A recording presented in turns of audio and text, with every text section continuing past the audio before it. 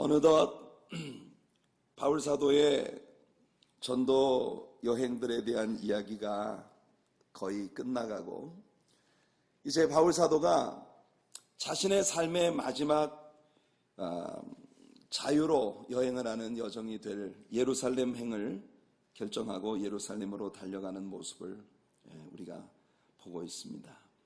바울은 급히 예루살렘으로 올라가고 있습니다. 오순절 절기에 맞추어서 예루살렘에 도착하려는 것이 바울의 계획이었습니다. 사실 그는 처음에 예루살렘에 올라가기 전에 마지막으로 에베소를 한 번 더 들르고 싶었었습니다. 그러나 그의 계획이 바뀌어서 에베소에 들어갈 수 없게 되자 그는 에베소의 장로님들이라도 한 번 더 만나고 싶었습니다.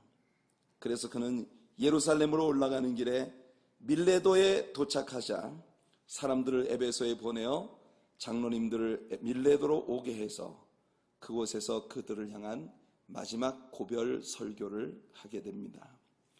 오늘 우리가 펼쳐놓고 있는 본문은 바로 이 밀레도에서 에베소로부터 온 장로님들에게 바울 사도가 전하는 마지막 고별 메시지입니다. 이 말씀을 통해 저는 여러분들과 함께 어떻게 살아야 할까라는 제목의 말씀으로 같이 은혜를 나누고자 합니다. 바울 사도는 먼저 에베소에서 올라온 장로님들에게 자신이 에베소에 있을 때 어떤 마음과 어떤 자세로 그들을 섬겼고 어떻게 말씀을 그들에게 가르쳐 왔는지에 대해 상기시킨 다음에 자신의 예루살렘에 올라가고자 하는 그 여행에 대한 설명을 하는 것입니다. 바울이 오는 동안 각 성에서 이미 여러 번 이번 예루살렘에 올라가는 이 여행은 결박과 환난이 기다리고 있는 험난한 여행이 될 것이고 어쩌면 자신이 자유롭게 그 장로님들을 볼 수 있는 마지막 순간이 될 것이라는 예언들이 있었다는 것을 바울은 밝히고 있습니다. 그러니까 이 고별 설교는 일종의 유언과 같은 것이에요. 제가 볼 때 바울 사도의 고별 설교의 클라이맥스가 바로 오늘 우리의 본문인 것입니다. 여러분, 바울 사도는 왜 그렇게 열심히 예루살렘에 올라가려고 하는 것일까요? 사실 예루살렘은 그의 마음 안에 언제나 자리 잡고 있었던 사랑이 담긴 도시였습니다.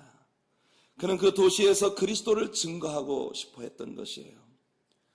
예루살렘은 바울 사도가 유학생으로서 젊은 날을 보냈던 지역이었고 또한 그곳에서 일종의 출세 가도를 달리기 시작했었던 주 활동 무대였습니다.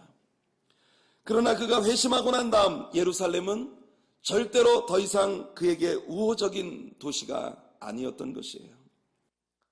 다메섹 도상에서 바울이 예수님을 처음 만난 후 예루살렘에 있는 크리스찬들의 교회마저 그의 변화를 그다지 달가워하지 않는 그런 분위기를 보였습니다. 심지어 교회 안에 있는 크리스천들 중에 더러는 그의 회심에 대해서 의문을 갖기까지 했었습니다.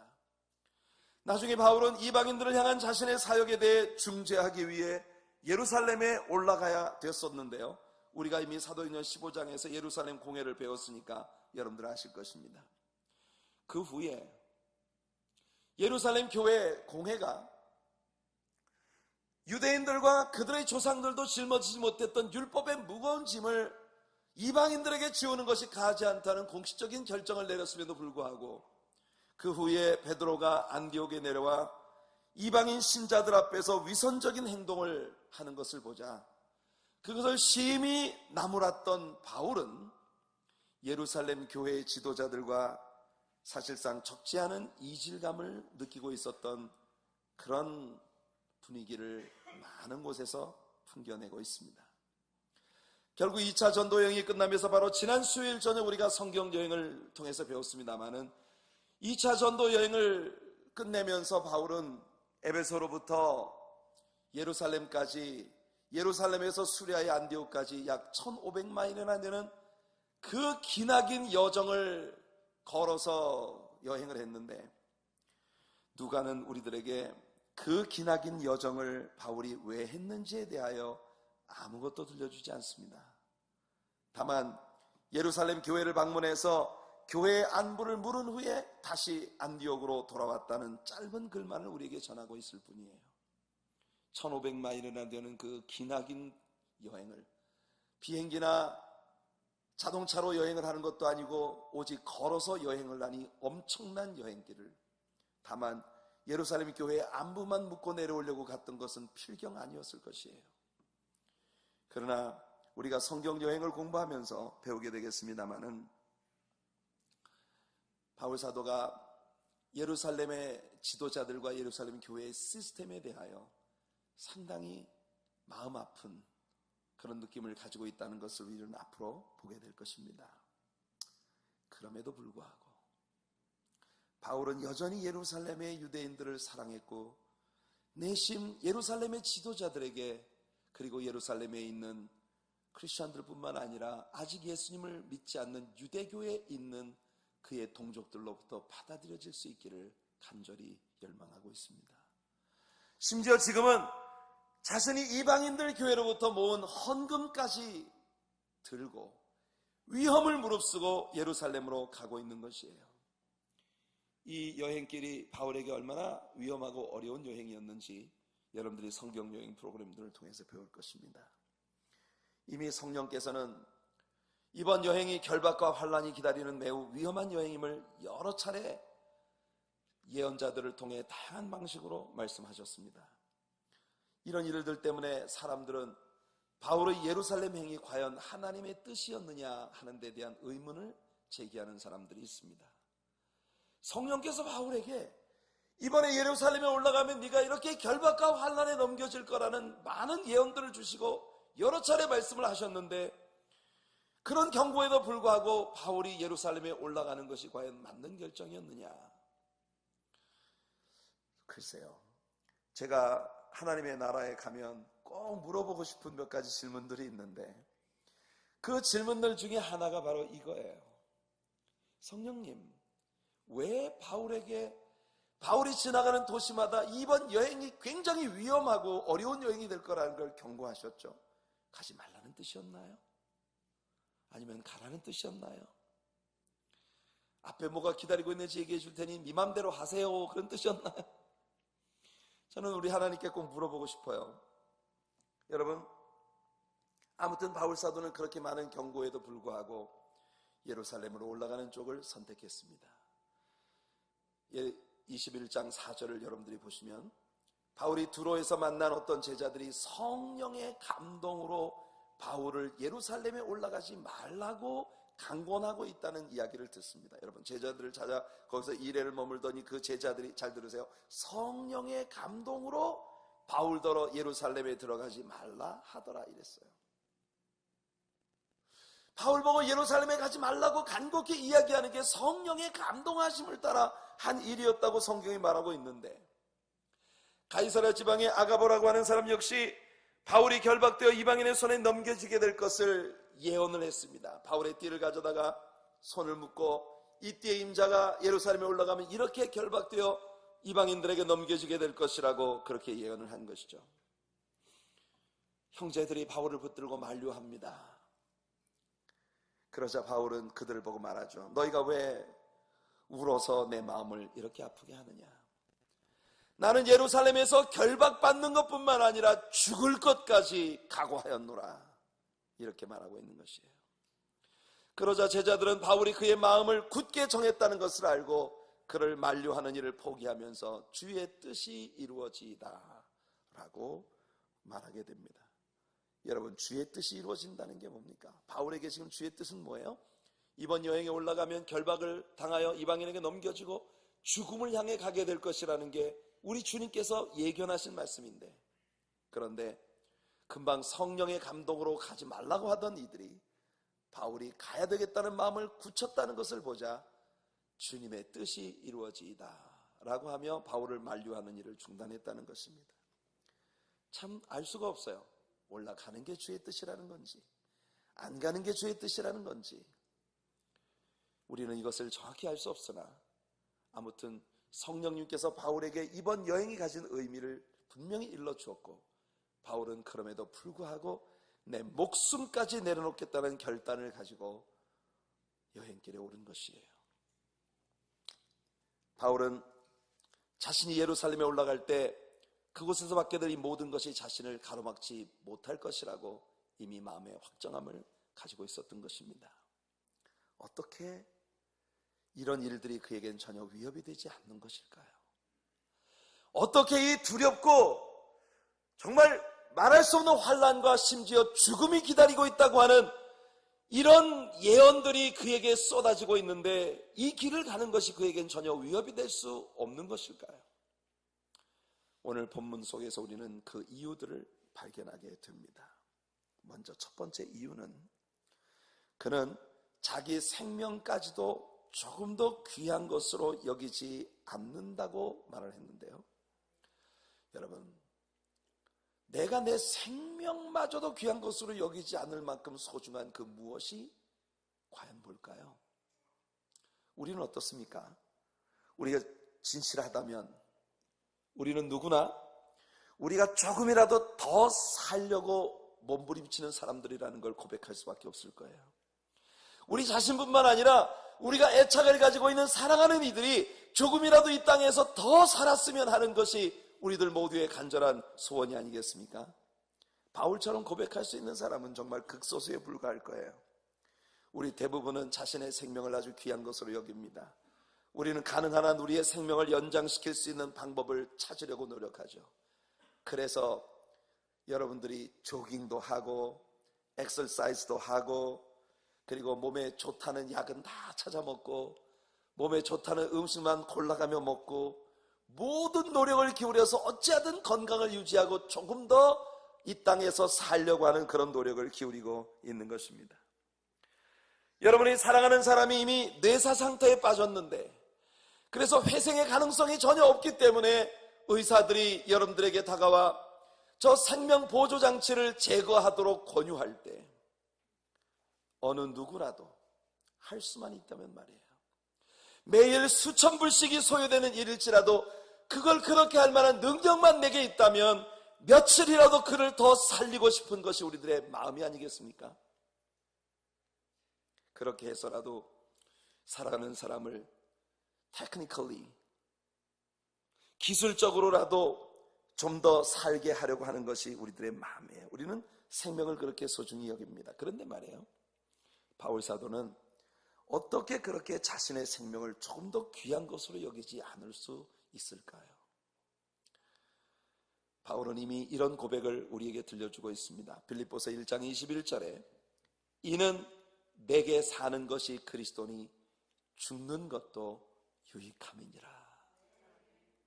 바울은 말이에요, 죽음이라고 하는 것이 그에게 아주 특별한 이슈예요. 뭐냐?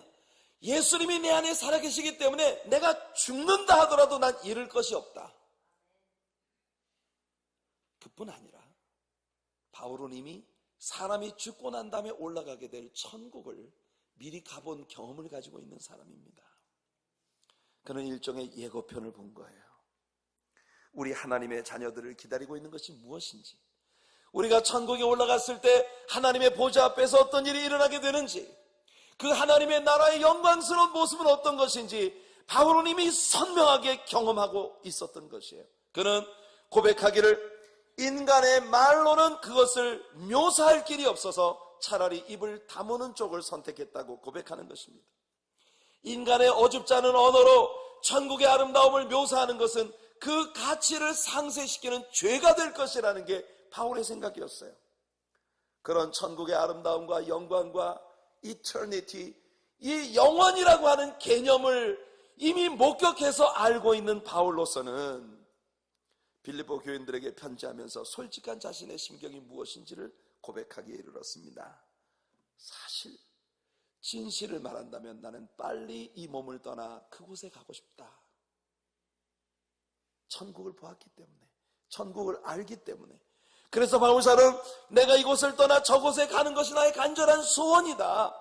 그런데 내가 주변을 둘러보면 아직도 너희들처럼 어린아이같이 내가 양육해 주어야 하고 나의 말씀을 통해서 훈련을 받고 하나님의 나라에 대해 배워야 할 너희들이 내 곁에 있기 때문에 나는 너희들을 위해서 여기 남아 더 너희들을 가르쳐주고 싶은 간절한 소원도 내 마음에 있어. 그러니 솔직히 나는 어느 쪽을 택해야 될지 나는 결정하기가 어렵다. 그게 바울의 마음이에요. 할 수 있으면 할 수 있으면 지금이라도 당장 그곳에 가고 싶은 게 내 마음이지만 너희들을 생각하면 좀 더 여기 있어야 할 것 같고 어느 쪽을 택할는지 난 모르겠다. 바울 사도의 이 입장에서 우리가 생각을 해본다면 우리가 이 땅에서 조금이라도 더 오래 살려고 하는 노력을 기울인다고 하는 것은, 또는 내가 사랑하는 어떤 사람들을 좀 더 이 땅에 오래 살도록 하기 위한 애를 쓴다는 것은 이유가 아주 분명해졌습니다. 우리가 아직 천국을 못 봤기 때문에, 우리가 아직 천국의 영광이 얼마나 대단한 것인지를 사실은 모르기 때문에, 그래서 우리는 이 땅에 더 살고 싶고 사랑하는 이 땅에 더 살게 하고 싶은 것이에요. 우리들의 이런 감정은 다른 크리스천들이 세상을 떠났을 때 잘 나타납니다. 특별히 아직 너무나 어린 나이에 불의의 사고로 세상을 떠난 사람의 죽음을 대할 때면 우리들은 모두 안타까운 마음을 갖습니다. 이 땅에 좀 더 살아야 했어. 그 사람이 크리스찬인데 말이에요. 이 땅에 좀 더 살아야 했어. 이 땅에 좀 더 살면서 이 땅의 즐거운 것들도 좀 많이 보고 좀 많이 뭘 경험하고 그러고 살고 갔어야지. 너무 일찍 떠났잖아. 아까워. 불쌍해. 그러나 성경적인 개념으로 이런 상황을 이야기한다면 그건 무슨 뜻이냐 하면, 아유 아까워. 너무 일찍 그 좋은 천국을 가서 어떡하나. 이 세상에서 좀 더 고통을 받고 좀 더 아픔을 경험하고 슬픔과 시련과 압박과 두려움과 염려와 근심과 전쟁과 다툼과 싸움과 끊임없는 불화와 살해의 위협이 있는 이 땅에서 좀 더 고생을 하고 갔어야 되는데, 아우 dear, 아까워서 어쩌나. 너무나 아름다운 천국을 너무 빨리 가버린 거야. 사실은 우리가 명백히 말한다면, 진리를 말한다면 우리가 그런 생각을 가지고 있는 것이나 마찬가지예요. 너무 일찍 눈물도 없고 고통도 없고 슬픔도 없고 평화만이 있고 오직 주님의 임재 앞에서 영원히 예배하고 찬양하며 하나님의 영원한 즐거움과 행복에 동참할 수 있는 천국으로 너무 일찍 가버렸어. 불쌍해. 얼마나 괴롭당할 기회를 놓쳤습니까? 불쌍하죠. 여러분, 그게 참 그렇더라고요. 제 아버님이 87세의 세상을 떠나셨습니다. 아버님이 60 되시던 해에 하루택을 받으셔서 그때 바로 돌아가실 상황이었는데, 제가 아버님 침상을 붙들고 3일 동안을, 아버님이 혼수 상태에 빠져있는 3일 동안을 눈물로 기도했어요. 아버지 안 됩니다. 이렇게는 안 되겠습니다. 왜냐하면 우리 아버지 아직 구원 못 받으셨어요. 아직 예수 믿지 않습니다. 아들은 목사인데, 내가 많은 사람들에게 복음을 전하고 전도를 하고 교회를 목회하고 있는 사람인데 아직 내 아버지가 구원받지 않은 채 이렇게 떠나게 해서는 안 됩니다. 하나님, 이럴 수 없습니다. 내 남은 평생을 내가 어찌 목사로 살겠습니까? 살려주세요. 하나님, 예수님의 복음을 제대로 전하겠습니다. 예수님의 복음을 들을 수 있는 기회를 주세요. 여러분, 3일 동안을 완전 의식 없이 혼상태에 계시는 동안 그 침상을 붙들고 몸부림을 쳤습니다. 하나님, 이렇게는 안 됩니다. 어떻게 제가 남은 삶을 목사로 살겠습니까? 하나님이 기적을 주셨어요. 혈압이 300까지 올라가셨었습니다. 쓰러지시는 순간 의사가 말했어요. 아버님이 혹시 의식이 돌아오신다 하더라도 거의 전신을 쓰지 못하실 것이다. 하나님 앞에 간절히 울며 매달렸습니다. 하나님, 무엇이든 상관없습니다. 어떻든 상관없습니다. 우리 아버님이 복음을 들어야 합니다. 아버님에게 복음을 전하지 않은 것을 용서해 주십시오. 복음 전할 수 있는 기회를 주십시오. 3일 만에 아버님이 깨어나셨어요. 깨어나셨는데요, 아버님이 얼마나 의지가 강하신 분이냐면 깨어나시는 그 순간 아버님이 기억을 떠올리게 돼요. 여기가 어디지? 나 지금 여기에 왜 누워있지? 아버님이 혈압으로 쓰러지셔서 첫 번 병원을, 작은 동네에 있는, 우리 교회 바로 앞에 있는 작은 병원을 방문했을 때 의사가 혈압이 290이에요. 가망 없습니다. 라고 이야기하는 것을 들은 기억이 나시더래요. 그러면서 아버님이 눈을 뜨지 않고 이불 밑에서 손가락 하나하나를 움직여 보셨답니다. 발가락 하나하나를 움직여 보면서 만일 내 몸이 어딘가 망가져서 쓸 수 없다면 내가 이런 짐으로 내 아들에게 짐이 되어 남은 삶을 살 수 없다. 저는 그 이야기를 들으며 기가 막혔습니다. 그게 아버지의 마음이더라고요. 참 다행스럽게도 전신이 전혀 이상이 없이 다시 건강한 몸으로 깨어나셨어요. 그리고 87세가 되실 때까지 제가 곁에 모시면서, 캐나다에서 저희 아버님, 어머님 제 곁에 모시면서 사랑으로 저는 정말 제가 할 수 있는 모든 걸 다 했어요.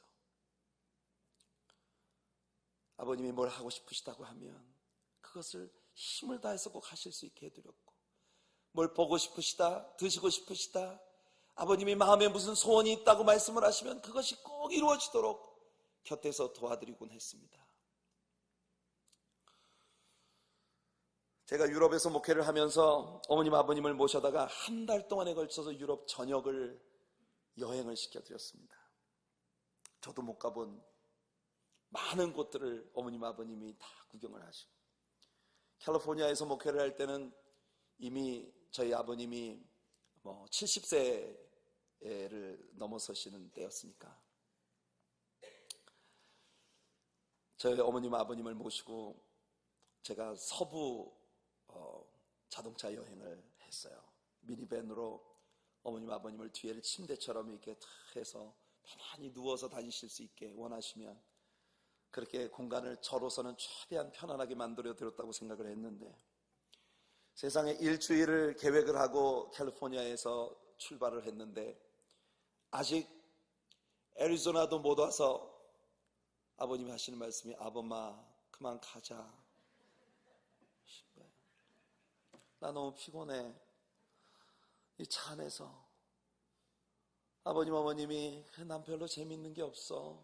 나는 그냥 우리 아들만 있으면 돼. 안 갔으면 좋겠다. 그런 걸 아버님이 이거 꼭 보셔야 됩니다. 온 세상 사람들이 여행으로 이거 보러 다 가는데요. 이거 꼭 보셔야 돼요, 아버님. 그랜드 캐년, 브라이스 캐년, 자이언트 캐년, 글렌 캐년, 캐년. 가도 끝이 없는 그 광야를 계속 운전을 하고 가는 거예요. 그랜드 캐년 그 꼭대기에서 전망대에서 아버님을, 어머님 아버님 여기 한번 서보세요. 저 건너편에 저 깎아지는 절벽에 지층이 보이죠? 저 지층이 어떻게 해서 만들어졌고, 또 인디언 레저베이션에 내려가가지고 그 인디언들에 대한 그들에게 내려오는 전설들을 아버님에게 얘기해드리면서 이게 바로 노아의 홍수의 증거예요. 막 이러면서 어머님 아버님 그 꼭대기 위에 서셔가지고서, 아유 아범마 다리 떨린다. 난 어지럽다. 그만 가자. 세상에 출발을 해서부터 계속 그만 가자. 이 말하면 됐어. 그만 가자. 나중에 알고 보니까 그게 전부 어머님 아버님을 위한 게 아니라 내가 어머님 아버님한테 이렇게 해드렸어라는 내 이 마음의 어떤 보람을 남기고 싶은 내 욕심이더라고요.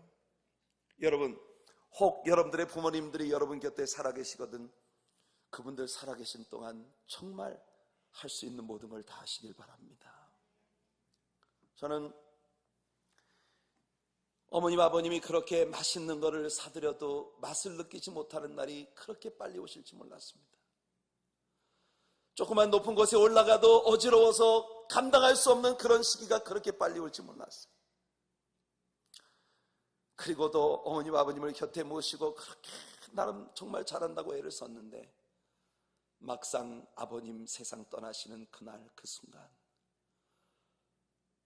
911에서 와서 CPR을 하고 갈비가 다 부러지고 막 정말 온갖 안간 힘을 다 썼는데 더 이상 아버님이 가망이 없고 이제 회생하지 못했어요. 그리고 코로나리 와서 아버님 사망 진단을 끊는 그 순간 정말 하염없이 눈물조차 나지 않는 메마른 울음으로 고통스럽게 몸부림쳤어요. 아버지, 죄송해요. 더 잘해드렸어야 되는데. 나 같은 부족한 아들을 낳아서 길러주시는 동안 우리 아버님 세대는 그랬잖아요. 온갖 힘들고 아픈 경험들을 다 했지 않습니까? 대동아 전쟁, 일제의 압박, 6.25 전쟁, 1.4후퇴, 그 말할 수 없는 격정의 시기를 20대 청년으로, 군인으로, 징집된 용사로 그렇게 보내셔야 했던 그 아픈 세월들을 지나면서도 자식에 대한 열망 하나 때문에 생명을 놓지 못하고 지금까지 살아오신 분들, 그렇게 하염없이 눈물을 흘렸습니다. 그때로부터요, 아주 오랜 시간 동안 저는 아버님이 평소에 좋아하시던 걸 먹을 수가 없었어요. 이걸 한 번 더 대접해야 했는데, 이걸 한 번 더 사드렸어야 했는데, 그게 마음이더라고요. 그러니까 그게 제 모습이에요. 솔직히 말하면 아버님이 한 번 돌아가시기 한 20여일쯤 전에 한 번 하루택으로 쓰러지셨는데, 911 팀이 와서, 레스큐 팀이 와서 CPR을 하고 겨우 회생을 시켜서 심장이 거의 멎은 상태에서 다시 회생을 시켜서 아버님을 병원으로 모시고 갔습니다. 그 응급차를 따라가면서 아버지, 하나님 한 번만 더 살려주세요. 한 번만 더. 하나님, 제가 늘 제 곁에서 울며 기도하시고, 저희 어머님 아버님 정말 믿음으로 평생을 사신 분입니다. 예수님 영접하고 난 이후로 그렇게 살아오셨는데, 하나님, 그래도 제 아버님과 하나님의 나라에 대해서 좀 더 많은 이야기를 나누고 싶어요. 하나님, 한 번만 더 기회를 주세요. 9시간 동안 사투를 벌이시고 다시 의식이 돌아오셨어요. 그러고 나서 일주일 동안을 병원에 입원을 해 계시면서 많이 건강을 회복하시고 퇴원을 하셨는데, 퇴원하시는 그날 제가 일찍 집에 가가지고 풍선을 사다가 막 불어가지고 온 집안에 풍선을 달아놓고, 아버님 환영합니다 써서 붙여놓고, 우리 아버지가 그 집을 딱 들어서는 순간 정말 세상에 새로 태어난 것 같은 그런 기쁨을 당신이 느끼셨다고. 근데 그날부터 제가 보름 동안을 저희 아버님과 함께 잠을 잤습니다. 아버님과 함께 잠을 자며 기회 있을 때마다 하나님의 나라에 대한 이야기를 하고, 아버님 구원 받으셨죠? 예수님 믿으시죠? 확실합니까? 아들이 목사라서 어쩔 수 없이 따라다니신 거 아니죠? 우리 아버님이 성경 필사를 여러분 2차례나 하셨어요. 저희 어머님은 지금 4바퀴째 성경 필사를 하셨어요. 그런데도 제 마음이 그랬어요. 하나님께서 제게 보름이라는 시간을 주셨는데, 그리고 나서 하나님께서 데려가셨습니다.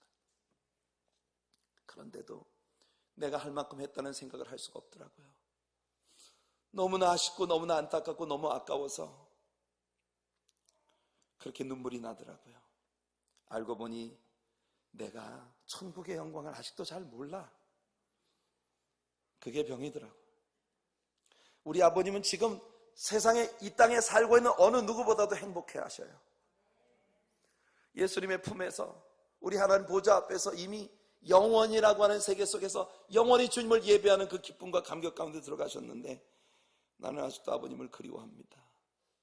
이제는 이 땅에서 아버님을 만날 수 없고 그곳에 내가 가는 게 더 빠른데,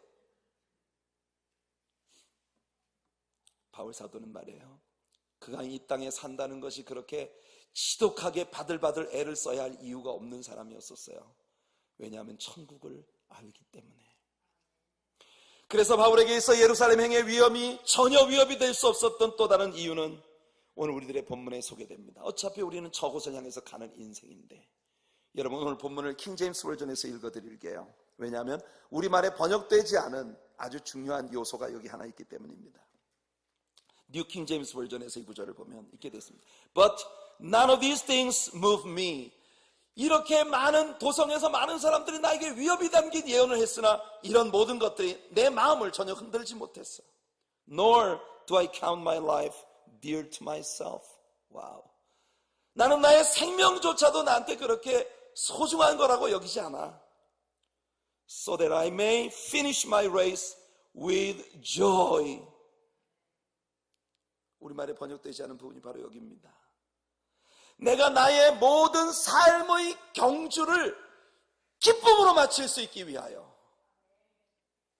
And the ministry which I received from the Lord Jesus to testify to the gospel of the grace of God. 하나님의 은혜의 복음을 증거하는 일, 곧 내게 주어진 그 미니스트리를 완전히 마칠 수 있기 위하여.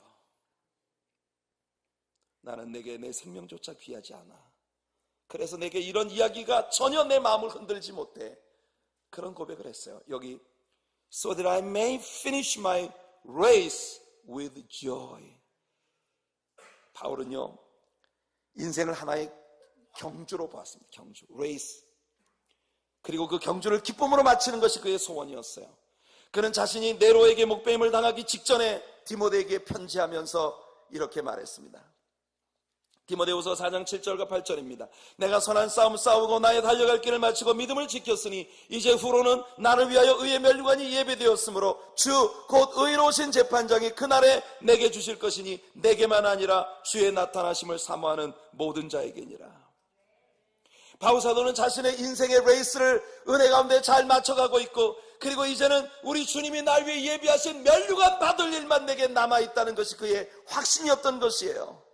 그래서 바울 사도는 고린도 교인들에게도 운동장에서 다름질하는 그들의 인생을 비유했고, 갈라디아 교인들에게도 다름질, 여러분들 내가 예루살렘의 유명한 자들에게 이 복음을 사사로이 제출한 것은 내가 다름하는 이 모든 다름질이 헛된 것이 되지 않기 위함이라고 그렇게 이야기를 합니다. 수요일 저녁에 이 이야기 자세하게 해드릴게요. 너희가 다름질을 잘하더니 누가 너희를 막아 진리를 순종치 않게 하더냐. 여러분, 바울 사도는 우리가 이 땅에 사는 인생을 일종의 달리기 경주에 비유를 하고 있었던 것입니다. 빌립보 교인들에게도 그는 말합니다. 형제들아, 나는 아직 내가 잡은 줄로 여기지 아니하고 오직 한 일, 즉 뒤에 있는 것은 잊어버리고 앞에 있는 것을 잡으려고 표대를 향하여 그리스도 예수 안에서 하나님이 위에서 부르신 부름의 상을 위하여 쫓아가노라. 히브리서가 성경에서 저자를 밝히고 있지 않습니다만 저는 개인적으로 히브리서가 바울의 저작인 것 같아요. 왜냐하면 히브리서의 기록 패런이 바울 사도의 서신들과 똑같은 형태를 가지고 있고, 히브리서 안에 있는 많은 교훈들이 바울 사도의 다른 서신에서의 그의 가르침들을 반영하고 있기 때문에 누군지는 모르지만 히브리서도 바울과 같은 생각을 우리들에게 피력하고 있습니다. 히브리서 12장 1절과 2절을 보면 이러므로 우리에게 구름같이 둘러싼 허다한 증인들이 있으니 모든 무거운 것과 얽매이기 쉬운 죄를 벗어버리고 인내로서 우리 앞에 당한 경주를 경주하며 믿음의 주요 또 온전케 하시는 예수를 바라보자. 저는 그 앞에 있는 즐거움을 위하여 십자가를 참으사 부끄러움을 개의치 아니하시더니 하나님 보좌 우편에 앉으셨느니라. 성도 여러분, 믿음의 경주를 경주하는 사람들입니다. 우리는 모두 기왕 경주에 나갔으면 상을 받는 것으로 끝나야 되지 않겠습니까? 우리의 경주를 즐거움으로 마치는 게 뭘까요? 우리 인생 끝나고 난 다음 아버지 앞에 상 받는 일이 아니겠습니까? 경주를 끝내고 상을 받는 것, 바울 사도는 이미 내 앞에는 오직 상 받을 것만 남아있다는 기쁨이 있었기 때문에 그는 자신의 생명을 조금도 귀한 것으로 여기지 않을 수 있었다는 것이에요. 자신의 생의 마지막을 어떻게 바라보는가 하는 것이 그의 삶을 어떻게 살았는가를 반영하는 것이에요. 소수의 사람들만이, 정말 소수의 사람들만이 자신의 생의 끝이 다가오는 것에 대해 아무런 아쉬움도 없이 즐거이 맞이할 수 있는 것이에요. 오직 자신을 위해 예비된 상급에 대한 기대 때문에. 저는 저에게 영적인 아버지였고 제가 정말 세상에서 가장 존경하고 너무나 많은 것을 제게 가르쳐 주신 척 스미스 목사님의 삶을 통해서 우리들에게 영광을, 정말 감격을 주었고, 그분은 그의 죽으심을 통해 우리가 꼭 닮고 싶은 모델을 제시하신 분이었어요.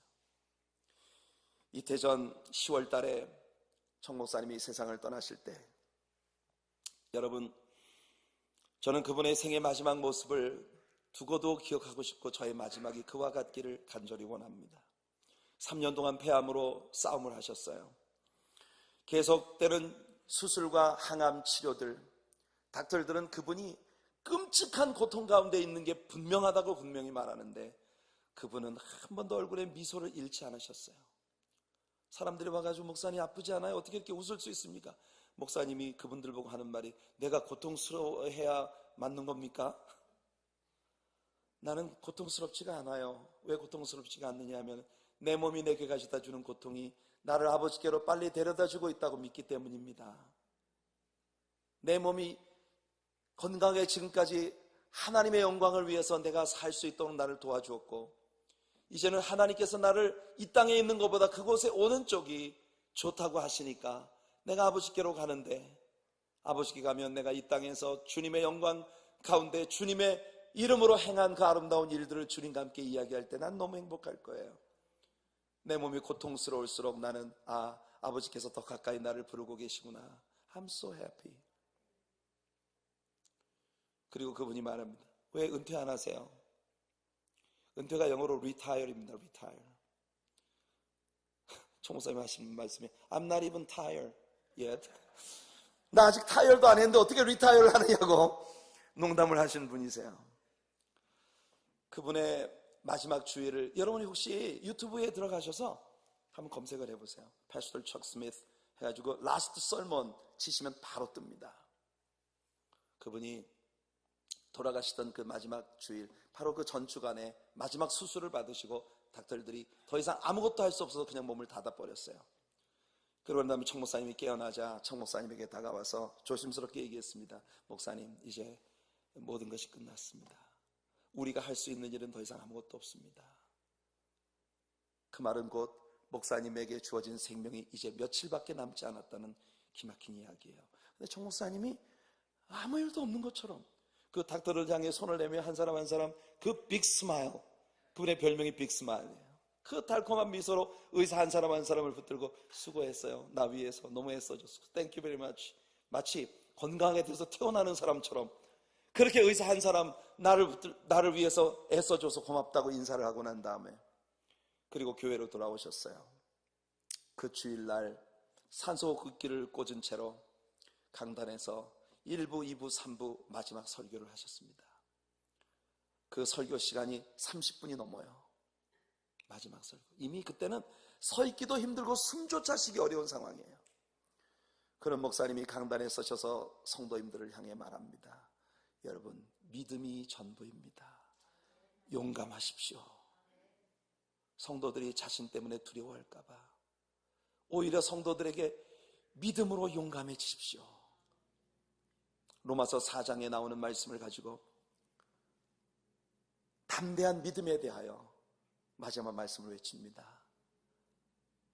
내가 있을 때처럼 내가 떠나고 난 후에도 당신들은 오직 믿음 안에 거하십시오. 청 목사님 가족들에게 퓨너럴을 하지 말라고 했어요. 그냥 가족들끼리만 조촐하게 나를 떠나보내는 예배를 드려라. 그게 전부였습니다. 그래서 그분의 장례식도 달리 없었어요.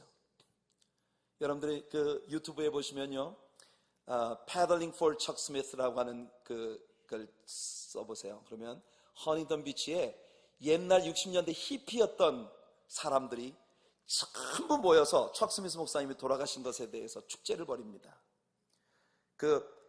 청 목사님이 윈드 서핑을 굉장히 좋아하셨어요. 그래서 서프보드를 타고 3,000명이 넘는 사람들이 그 허니턴 비치의 바다에 몰려 나와가지고 전부 바다 위에 둥둥 떠서 패들링을 하는 거예요. 이게 캘리포니아의 서퍼들 그룹의 전통이래요. 그 사랑했던 서퍼들이 세상을 떠나면 그렇게 그를 사랑했던 서퍼들이 다 모여가지고 바다에서 이렇게 패들링을 한다는 거예요. 3,000명의 히피, 과거의 히피 세대였던 사람들이 모여서 패들링을 했습니다. 여러분, 우리는 우리의 생의 마지막을 어떤 모습으로 맞이하게 될까요? 내 코에 호흡하게 하시는 마지막 순간까지 아버지 영광을 위해 살고 주님이 나를 오라고 하시면 아무런 거리낌도 없이 할렐루야 찬양하며 주 앞에 설 수 있는 그런 우리들의 생이 되기를 간절히 소원합니다. 그것이 바울의 삶이었기 때문에 바울은 아버지께로 가는 것에 대해서 아무런 거리낌이 없었고 이 세상에서 애지중지 내 삶을 보존하고자 하는 어떤 몸부림도 없었어요. 바울은 자신의 삶을 전부 한 곳에 올인했습니다. 상급이 자신을 기다리고 있다는 확신을 가질 수 있었던 이유는 그의 삶을 그곳에 올인했기 때문인 것이에요. 이것이 그가 예루살렘 행의 위험에 조금도 위협받지 않았던 세 번째 이유입니다. 주 예수께 받은 사명, 그 사명은 반드시 완수되어져야 한다는 것. 바울은 언제 어떤 사명을 주님께로부터 받았습니까? 그가 회심한 직후 다메섹의 아나니아에게 안수를 받을 때 받았습니다. 주께서 아나니아에게 바울을 찾아 그에게 안수하라고 하실 때 아나니아가 거절하자 주께서 그에게 말씀하십니다. 그는 나의 택한 그릇이라. 아나니아는 바울에게 가서 이렇게 전했습니다.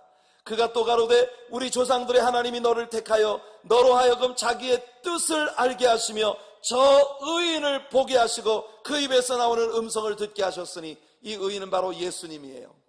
하나님께서 너로 하여금 예수님을 직접 만나 그 음성을 듣게 하신 것은 너로 하여금 그분의 뜻을 행하게 하려 함이라고 선포한 것입니다.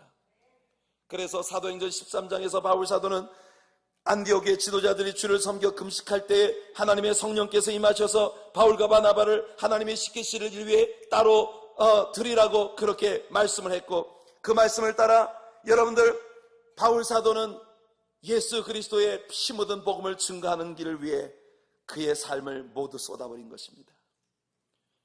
예수님께로부터 사명을 받은 게 어디 바울뿐이겠습니까? 여기 서 있는 여러분의 목사도 우리 주님께로부터 부여받은 사명을 가지고 여기까지 온 사람입니다. 그러니 저 역시도 제 인생의 마지막 순간까지 다만 제게 맡겨주신 사명이 완수되어져야 한다는 이 희망 하나로 살고 싶습니다. 바울이 말한 사명이라는 건 바로 servanthood입니다. 종의 마음이에요. 우리가 예수님을 주라고 부르지 않습니까? 그러면 우리가 예수님을 주라고 부르는 그 순간 우리는 주님, 나는 당신의 종입니다라는 걸 함께 고백하고 있는 것이에요. 예수님은 질문하십니다. 너희는 왜 입으로는 나를 주라고 부르면서 내가 명한 일은 하지 않느냐? 오늘 2부 예배 나오신 여러분은 예수님을 주로 부르시고 계시지 않습니까? 예수님이 정말 여러분에게 주이신가요? 그렇다면 여러분은 주님의 종으로 살고 있습니까? 여러분들이 종된 삶을 살아가시기를 바랍니다. 입술로만 주님을 고백하는 것이 아니라 나의 삶이 내가 주님의 명령에 순종하고 주의 뜻을 성취시키는 것이 나의 희망이라고 하는, 유일한 소망이라고 하는 그 마음으로 살아가는 여러분들 되시기를 바랍니다. 예수님은 분명히 말씀하십니다. 나더러 주여 주여 한다고 해서 그들이 다 천국 들어가는 게 아니라고. 얼마나 두려운 말씀입니까? 주님은 나의 주이신가요? 내가 진정 주님께 순종하지 않는다면 주님은 내 주가 아니십니다. 내가 나의 주인 되고 우리가 주님이라고 고백하는 그분은 내가 주인 된 이 세상에서 나를 살아가도록 나를 돕는 분에 불과해요.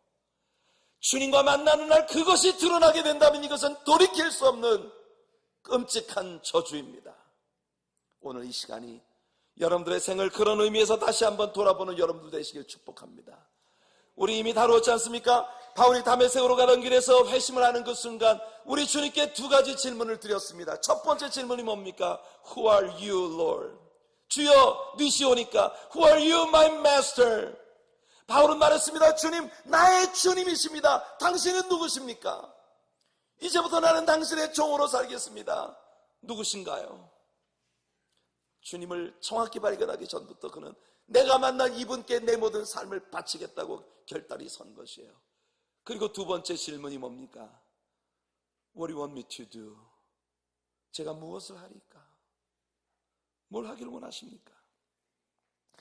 여러분들의 인생은 바로 내 코에 호흡이 남아있는 마지막 순간까지 나에게 불러시키신 그 모든 일을 완수하는 것이라고 하는 것 분명해지기를 바랍니다.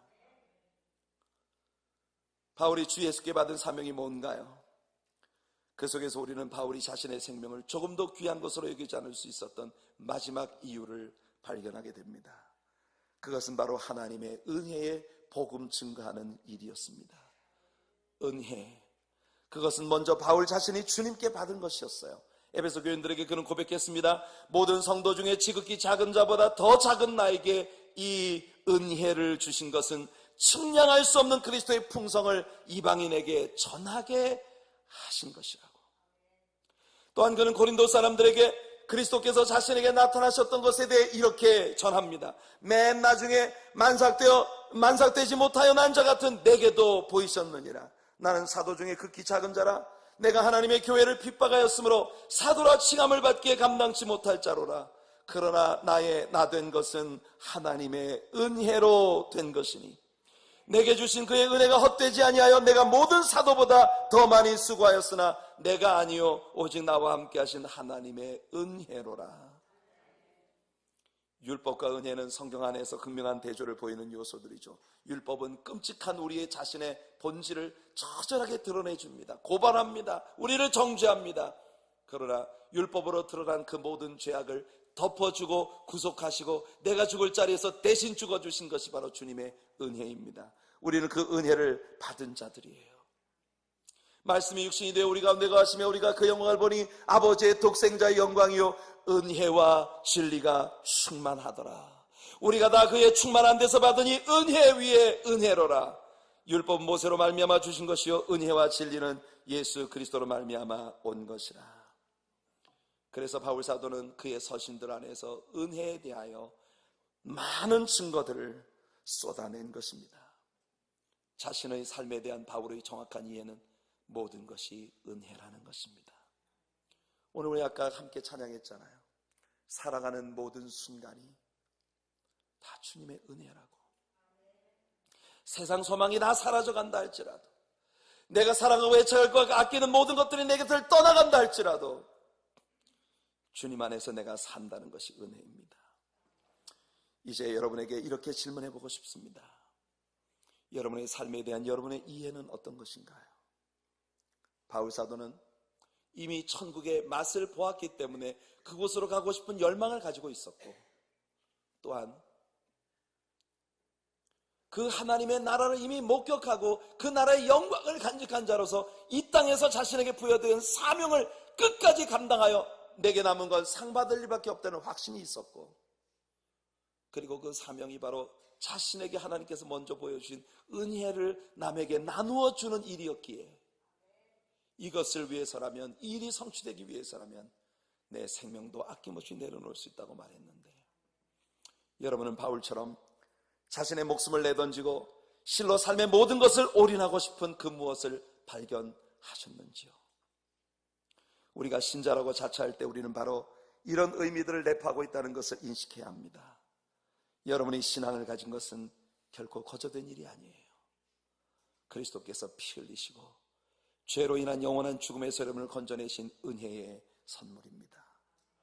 어떻게 살아야 할까요? 그 해답을 오늘 본문에서 찾으시기를 바랍니다.